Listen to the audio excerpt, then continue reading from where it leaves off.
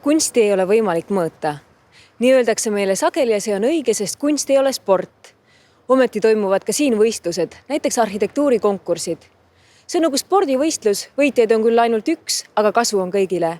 Kõik võistlejad näevad vaeva, teevad trenni, parandavad tulemusi, kõik panustavad, uurivad võimalusi, laiendavad võitlusvälja. Oluline ei ole mitte ainult kuldmedal, vaid üleüldine toonuse tõstmine arhitektuuris. Ja veel üks asi. Arhitektuur ei ole ainult majad, mis valmis ehitatakse. Arhitektuur on ka ruum, milles me elame ja mida me peame iga päev uuesti sõnastama ja mõtestama. Arhitektuur on ka ideed, kontseptsioonid, pöörased ettepanekud ja ootamatud lahendused, mis võib-olla jäävadki ainult ideedeks. Aga need ideed on õhus ja mõjutavad meid.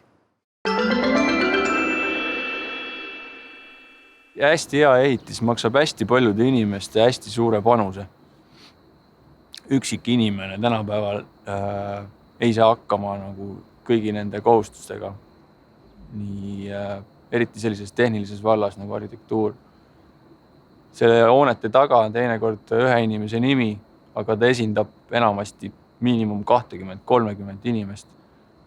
Et sellist